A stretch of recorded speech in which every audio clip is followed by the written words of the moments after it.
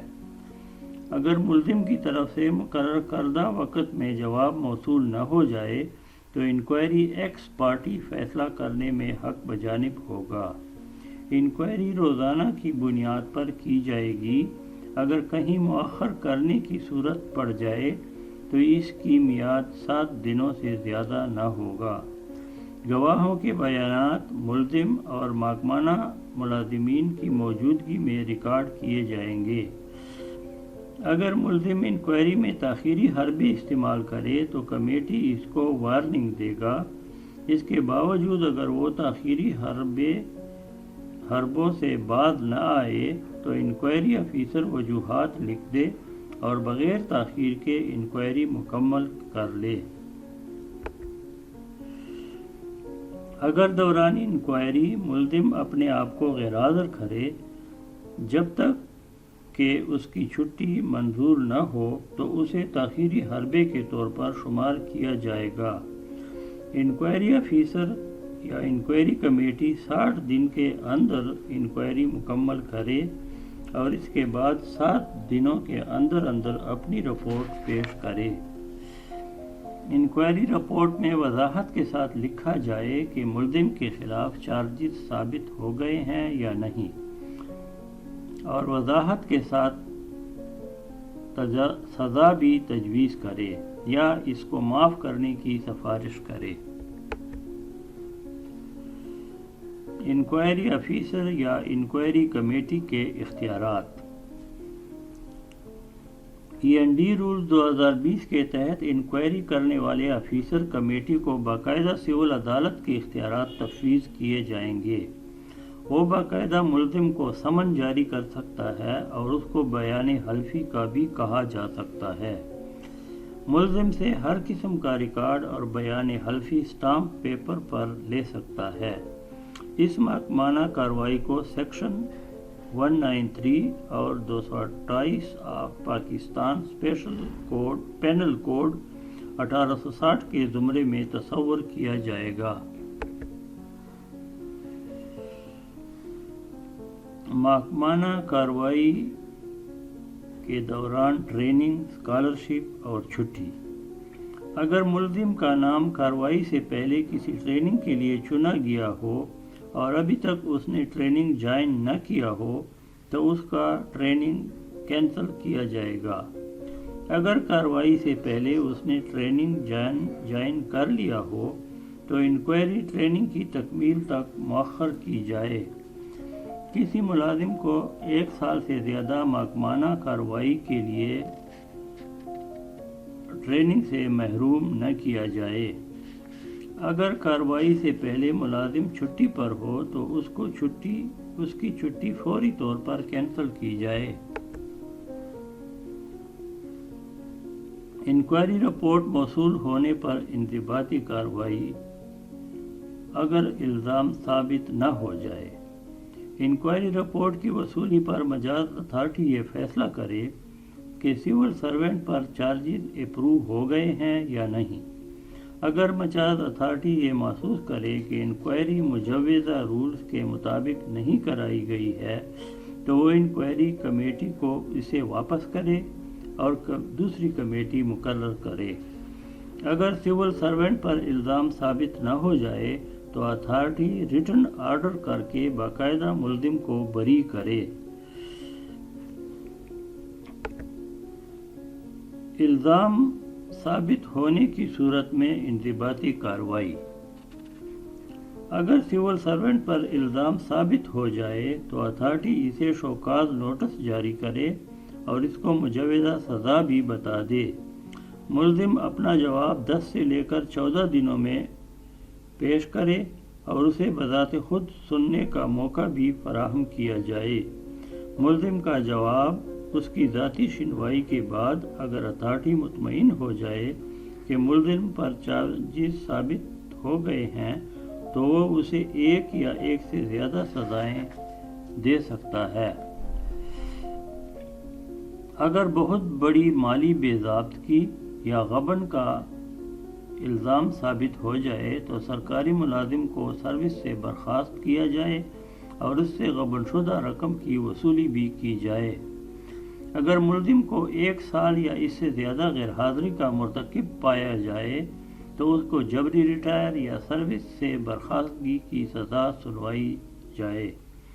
اگر وزیر اعظم بذات خود اتھارٹی ہو تو کیس 30 دن کے اندر اندر فیصلہ کرے۔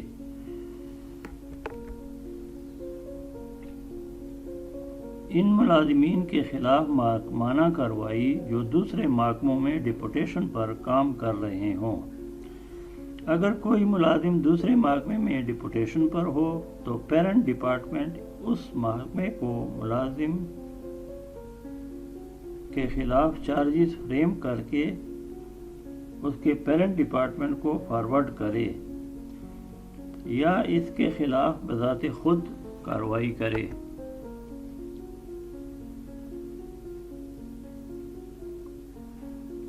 اگر سرکاری ملازم آل پاکستان سروس سے تعلق رکھتا ہو تو اسٹیبلشمنٹ ڈویژن متعلقہ صوبے کے چیف سیکرٹری کو فیکٹ فائنڈنگ انکوائری کے لیے کہے۔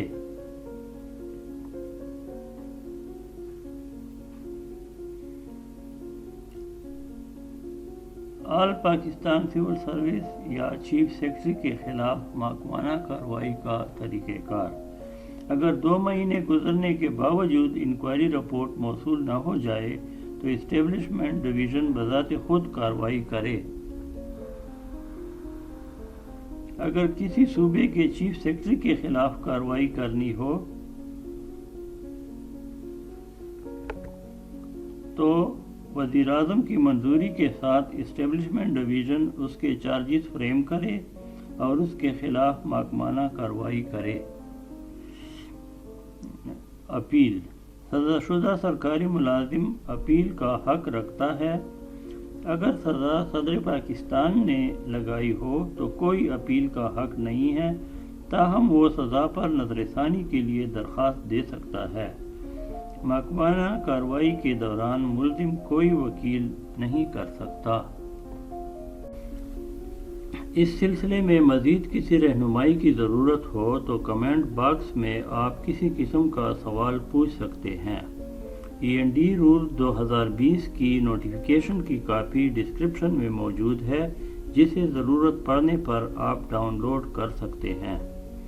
شکریہ والسلام۔ اللہ آپ کا حامی و ناصر رہے۔